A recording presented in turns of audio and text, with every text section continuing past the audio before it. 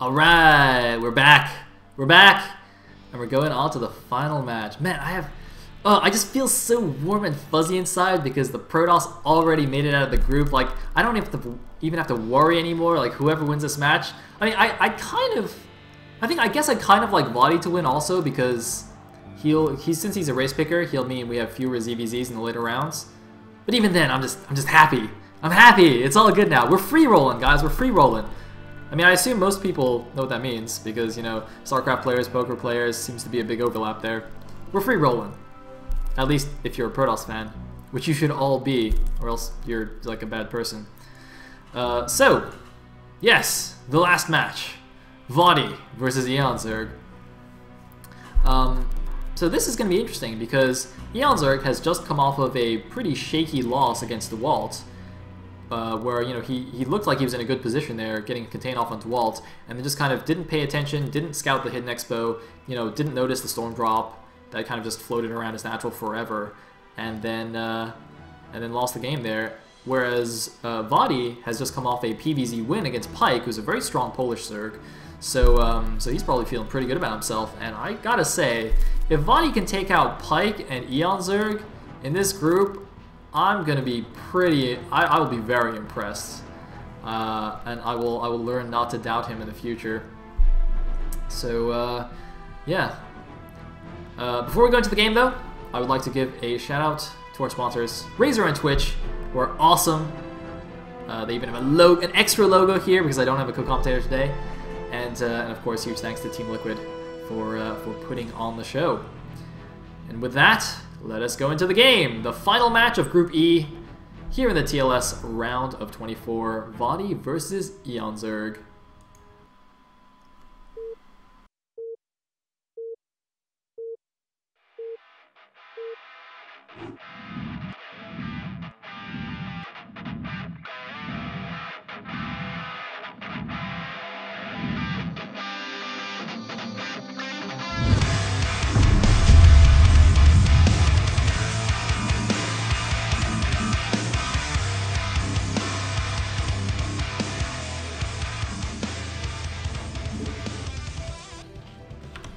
Waha! Alright, I'm unmuted? Yes, I think you can all hear me. So, at the top right, as the purple Zerg, we have Ifu Eon Zerg. And at the bottom left, as the orange Protoss, we have Vadi, aka Vod Toast. And as our friendly yellow observer, we have Tupacalypse, who dislikes chatting in games, or something. He's also one of our main admins, so he's pretty cool. Anyways, we are on Fighting Spirit here for the final match, of course. All of the deciding games, oops. I almost fell off my chair in my excitement in talking about nothing, basically. Yes, so all of the deciding matches in the TLS will be on Fighting Spirit because, of course, this is the most played and, in theory, most balanced of all the maps. And look at this! Look at this! Vadi's like, well, my one basin strategy worked for me the first time against Pike. Might as well try it again. And, I mean, you know, it sounds good. Sounds good. Let's do it. Let's do it. Maybe he'll do the same Stargate expand thing again, and Eon Zerg will maybe show me why it doesn't work, or why it does work. I don't know. It'll be interesting to see what kind of response Eon Zerg pulls out of this. I mean, we've already seen kind of like the 9-pull into Hydra Bust scenario, and looks like an overpull from Eon Zerg, so not quite as crazy as a 9-pull speed, but still not a 12-hatch. And looks like Scouting Probe gonna poke out here. So, we have drones. Awesome. Yeah, I'm wondering about how Eon Zerg's feeling right now because, you know, as I said kind of in the beginning of the cast, he's been on a complete tear in the foreign scene lately. It's primarily in just the last 6 months, and even though DeWalt's a very strong opponent, I would definitely favor Eon Zerg. I mean, I think a lot of people favored Eon Zerg to 2-0 the group. So it was a bit of a shock there, but anyway, he has gone for the expansion now, so 11 pull, overpull into expand, which means he's not going to have enough money to actually make 6 links straight away. As you can see, he's going to have to kind of make them 2 at a time here as the money flows in. But that's completely fine. That's very, very normal. And it looks like the probe is now going to go over and scout the Zerg. Going to high-five the drone here. Oh, just a little kiss on the cheek there as they pass. And interestingly, the Zealot's actually just hiding in the main base. I'm wondering if that's because he, if an Overlord came in from this direction or something, he like doesn't want it to see it or something? That doesn't make sense though, because he knows where the Zerg is, so I'm not 100% sure what that Zealot is chilling there for and why he's not standing on the ramp. I mean, he's kind of, it's like he's hiding it, but I'm not sure what would be there to hide it from, if that makes sense. I mean, because the drone's going to get there in a second, and the Zerg knows where he spawned now, so I don't really see the point of hiding that Zealot, but oh wells. It's just over my head, what can I say? So Ling's going to poke around here. It's going to be kind of tricky to catch this probe if he just keeps following it like that. He needs to kind of like spread them out and surround it. Meanwhile, looks like the drone gets in. See this could have easily been avoided if the Zealot had just been waiting on the ramp, so I really don't understand why that was not the case. So now the drone can actually stay alive forever. He's going to be, I think the probe, no, the probe's still alive, but the probe can eventually get killed by the Zerglings, but the drone, if, you know, if it's correctly controlled, will never die to the Zealots. And actually, it looks like he's decided he's seen enough. He's going to run away now. Since there are 3 Zealots, so he doesn't really want to get trapped in there, I suppose. And the probe actually going to escape as well, but there's actually a good number of Lings out right now. Look at this. There's 8 Lings, 12 Lings have been made by Yoner. So Yoner doing something similar to Pike, going for a lot of Lings early on here. Not sure if that's entirely necessary, but you know, he is perhaps slightly concerned that the 3 Zealots might move out a bit and start attacking, but I think he should have waited until the Zealots actually moved out to make them, because they are cross spawns, right? So if he just left, you know, the initial 6 Lings here and saw when the Zealots moved out, he could easily make reinforcing Lings in time to defend. And these 12 Lings, I don't see how they're going to bust up this ramp with 3 Zealots and a Goon there, so I don't really see the point of these Zerglings from Yoner. And as you can see here, he's going to poke up here and be like, oh, well, that's not going to do anything. So I'm really not sure why he made those. Maybe he was hoping that that Vadi got a little bit, you know, over-eager or too greedy and didn't make enough, you know, only made like 1 Zealot and a Dragoon and then went straight for Templar and Corsair or whatever, and he could just run up the ramp. But that's unfortunately not the case for him. It looks like he's going to just engage here. Not the best engagement angle for the Zealots because, of course, they were slightly at the bottom of the ramp, but they're still going to be fine here. Doing some very good micro there as well. And actually, it's going to be quite a close exchange. The Burnal should still be fine. See if he can save the Zealot. Not quite, but he's going to take out all the Lings. So, treating 12 Lings there for 3 Zealots, you know, money-wise, it's obviously not a good exchange for the Zerg. I mean, I don't really see the point. To be fair, maybe... I don't know. I'm trying to think. I really just don't think that was good at all for Yoner to do that. You know, he could have kept those Lings later on. You know, threatened backstabs with them, kept the Protoss on the defensive, kept him honest. Looks like he's kind of made Vadi do kind of a funky little cannon thing here. He's built the pylon on the high ground, cannon on the low ground. This is quite cute. I quite like this actually. It's much easier to do this than to have your probe come down and build a pylon here and maybe get sniped by some Zerglings and you have to send another one down. Just build it on the high ground, and these cannons will cover everything anyway. Well, they won't cover everything, but they'll at least protect it against some Ling shenanigans. So that's quite cute. Meanwhile, of course, they're just going to poke around. Some Hydra should be out in time to stop it from killing any Overlords. And again, no lair from Yoner. So Yoner, so far, it looks like he's doing something very, very similar to what Pike did in the last game, except that he had the slightly better economy from the beginning because he didn't go for the 9 pool. So oh, now he's getting a lair though. Yeah, I was going to say, I would be surprised if he also went for just pure on Hydra here. I mean, he's got the Hydra Den and a couple of Hydras just to defend against this Corsair, but especially because they're cross-map, and yeah, I just don't really know if it would have been the best idea to go for an all-in Hydra, and we have seen that Vadi is quite capable of defending that, especially because this initial Corsair gives him basically perfect vision of what the Zerg is doing, so any kind of big Hydra attack, and Vadi would have advanced warning of that. So wow, he actually does get 1 Overlord. So that's a pretty big win there for him. And does supply block Yoner. Yoner actually sending out quite a few Zerglings, but with the 2 cannons there and a couple of Zealots, I mean that is quite a few Lings. But I'm pretty sure that that the Protoss will be able to hold here, especially if that Zealot comes down and join his brothers. And oh, he's gonna take out that 1 cannon, but yeah. Not going to be able to do too much, and oh man, the probes even come off right at the same time, so they can even help out as well if necessary. Actually, it looks like the Ling's going to do a good job taking down all the cannons, but they will get taken down in time. Slightly lucky timing of the probe drill, in fact, is going to make sure that he can hold this off, without losing any more Zealots.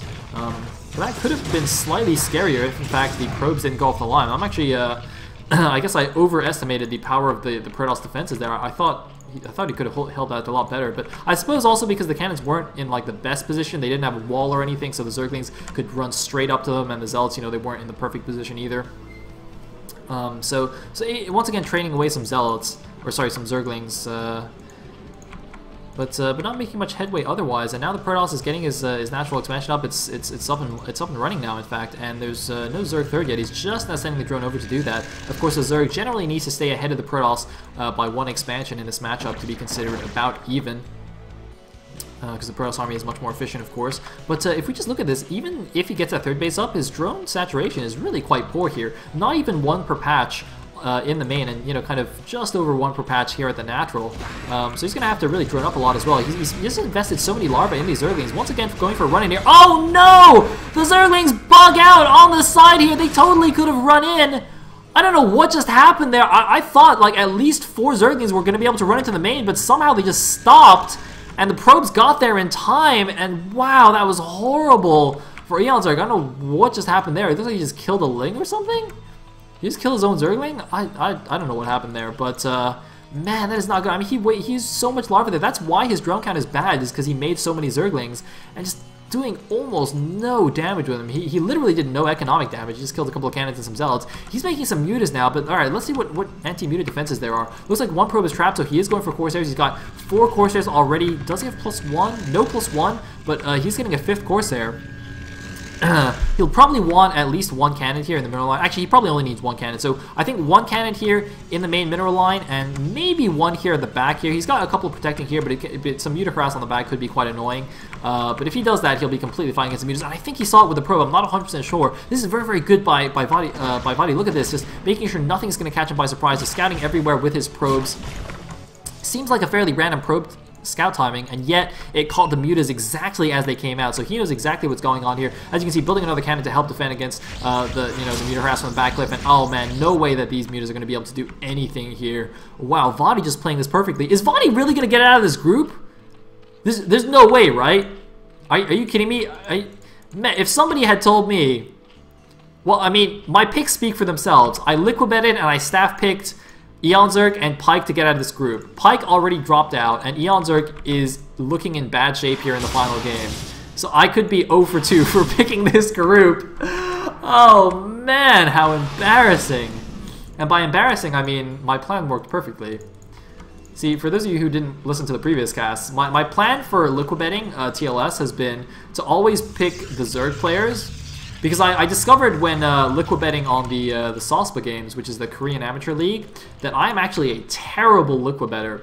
I mean, like I say a lot of stuff, right? And it sounds like I know what I'm talking about, but in reality, I have no idea what the hell I'm talking about. So I just suck at liquibetting. So I was like, okay, for TLS, because we have too many Zergs, I'm just gonna keep liquibetting Zergs, and hopefully I'll just be wrong every time, and they'll keep losing. And that seems to be working exactly as planned here. So yeah, all according to Keikaku. Anyways, we have a 4th base here at the 12 o'clock. And pretty good drone saturation now, actually, if you just look at this. Well, it's not so good there, but yeah, he's got at least 1 per patch on all his bases, so that's not terrible. You know, Zergs generally don't have like amazing saturation like Protoss and Terrans do, and they don't particularly need it, so it's all good. It is all good. Meanwhile, Vadi just now going to macro up, get some gateways, get his robo. Now, I'm not sure if he actually knows about that 12 o'clock. Oh, it looks like losing a couple more zealots on the map. I don't actually think he knows about this 12 o'clock, and if he lets that get up, Eon Zerg could definitely come back in this game. I mean, he's only slightly behind right now. He's not in, you know, it's not like he's lost the game already. He's only slightly behind, I feel.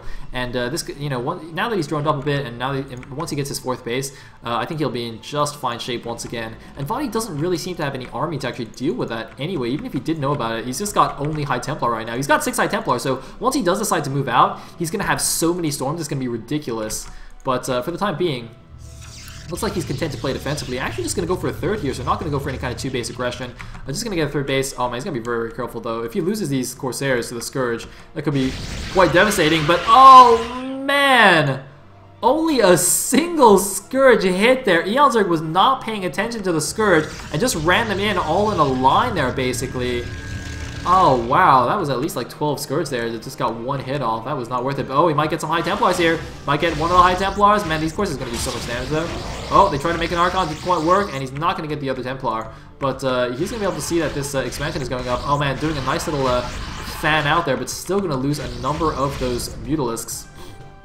They're really not going to be that useful with all these courses on the map anyway, so it's not too big of a loss there, and he does have a good number of Hydras out now, but with all these storms being saved up, all these Templars are going to have at least 2 storms apiece. Looks like they don't have the energy upgrade yet, so they won't have 3 storms. Oh, looks like that will finish shortly though, so it's going to have so much energy on those High Templars, it's going to be ridiculous. The Corsairs are going to be slightly out of position, but most of the mutas are gone anyway, so it doesn't really matter. Now, where are the Hydras going to go? The Hydras, oh, it looks like, are they going to go for the natural? They are going to go for the natural, but there's all the High Templars out there. That's not going to work. There's the first storm. Oh man, Eon Zerg, don't do it, man. This is not going to go well for you. Oh no, don't do it, Eon! No, don't do it! Oh god! Oh, the humanity! Oh man, Zerg players, cover your eyes! Cover your children's eyes, man. This is rated M for mature. Oh man, that went badly. That did not go as planned. Wow. All right. I can't believe he committed there either. It's like maybe Eon just didn't expect that many High Templars to be there. He's just like, well, you know, I'll kind of tough it out on these first couple of storms, and oh man, if I was one of those pros, I'd be shitting myself. Like, oh man, transferring right by the lurkers. I mean, at least he's not transferring through a lurker contain like DeWalt did, so that's good. But well, there goes the 4th base of Eon, and these Corsairs continue to do damage. Looks like, look at that, supply blocking Eon Zerg. Oh, just got unsupply blocked, but oh my god, these lurkers! Oh, the pros ran away, and they got stormed, so we're fine. We're good. It's all, don't worry, don't panic. Don't panic. They got 2 kills. We're fine. We're good. All right. It'd be really funny if you transferred them back and without realizing there's a 3rd lurker there, but nope. No cigar. So Eon Zerg is looking in very bad shape here. 76 of 62 supply against 131. I mean, Vadi is looking super strong here. I can't believe it. Is Eon Zerg gonna... I mean, you know, it'd be calling the game quite early here, and I generally don't like that, but man, Eon Zerg is in terrible shape. Alright, is he getting the Hive Tech? Nope, no Hive Tech for him. He's gonna have to stick it out on Lair. I mean, it wouldn't really make sense for him to have Hive Tech at this point anyway, but I was just like, but I think that's maybe the only chance he has is some crazy Defiler play or something. At this point, just a Hydra Lurker army isn't gonna cut it anymore against the crazy macro that Protoss is gonna have. Protoss army getting a little bit spread out though. This is actually quite risky. Mutas and even small groups of Lynx and Hydras can just run in here and snipe High Templars, and that's the sort of thing that can let the Zerg come back in the game. If he snipes all your High Templars and then you get a big engagement with no storms, that can be very, very deadly. But it looks like now the rest of the army is going to come in here, take out these Hydras, and Eon Zerg is just going to have to run away here. Can't really do too much about it. And look at this! Vadi content to just play the macro game here, not even going to put, do a huge attack on 3 base, just going to move his army up here to the top left, secure a 4th base here at the top left natural, just going to go for the long game against Eon Zerg, which is pretty brave here considering the caliber of player Eon Zerg is. And it just shows how confident Vadi is in his own play. Someone who's a lesser player would be like, oh man, I'm in a good position against Eon Zerg, I better just kill him quick before he can come back in the game and maybe do a stupid attack, and if Eon Zerg held it off, then he could come back. Vadi's like, nope, you know what, I'm in a good position, so I am just going to solidify that and expand and well, kill the 12 o'clock once again. That'll certainly help. Except that, ooh, nice lurker egg block on the ramp. So most of the army's actually blocked off there. Although I'm pretty sure these Zealots can run by anyway. They're just choosing not to for some stupid reason. So Eon Zerg with a, oh man, and that second egg is going to make sure nothing can run up here. So good clutch defense there by Eon Zerg, allowing him to hold on to this 12. That 12 should have died right there, and yet I know that lurker egg block was really, really nice. I don't think I've emphasized enough how awesome that was, because there was only one there at the beginning. I thought the Zealots could run by, but that second one, very, very nicely placed. So holding on to that, but it's still going to be 4 base against 4 base. Looks like he's sending some Hydras down here to who knows where, some random area on the map. Maybe he's checking the 6 o'clock here. If Protoss had the 6 o'clock, he'd already have lost anyway, so I don't really see the point of checking that, because Protoss is clearly going for the top left natural as his 4th here. Yeah, he's not going to see anything here. I don't think it really makes much sense for there to be a thing here anyway.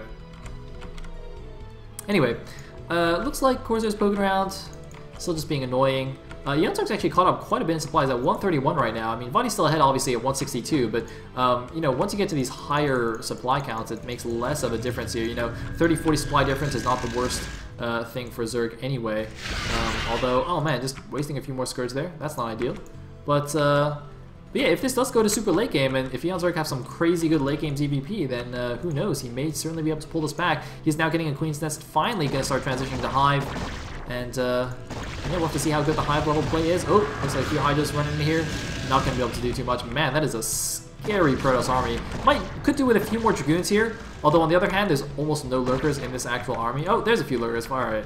There we go. Okay, so there's a few Lurkers. They're just not running around yet. But, yeah, obviously, the best counter at the moment to Lurkers is the Dragoons, at least until Dark Swarm gets out, so really could do with a few more of those, but otherwise I think he's just looking dandy, although, oh man, he's going to be a little bit careful now. Oh, he's actually got Reavers, so those will definitely help. If you got Reavers, those will definitely help against the Lurkers here, and it looks like no support for the Lurkers either, so he's going to clean those up very, very easily. You really need the Lurkers to be supported by Hydras and Lings, although not paying attention to the Corsair, he's going to lose every single Corsair chasing this Overlord clump, so a bit of a loss there for Vadi. That was something like 8 or 9 Corsairs, I think, losing those foolishly to the Hydralisks has actually dropped him in supply down to about the same supply as the Eonzerg, so Eonzerg definitely catching up here. 142 supply for him against 136. The only crucial difference is that Vadi has this extra base that he shouldn't have, but it looks like a lot of Hydras coming in here. If Eonzerg can get a good engagement, he could actually take this, and the Protoss army is looking so small right now. He's got to take out the Reavers and the High Templar, and he'll take down the army. Vadi's army is in shambles. He's escaped with just 2 Dragoons and a Reaver. I don't know what happened there, but Vadi, he's messing up on his macro or something here. Oh my god, he's got a lot of gateways, but he's not producing or something.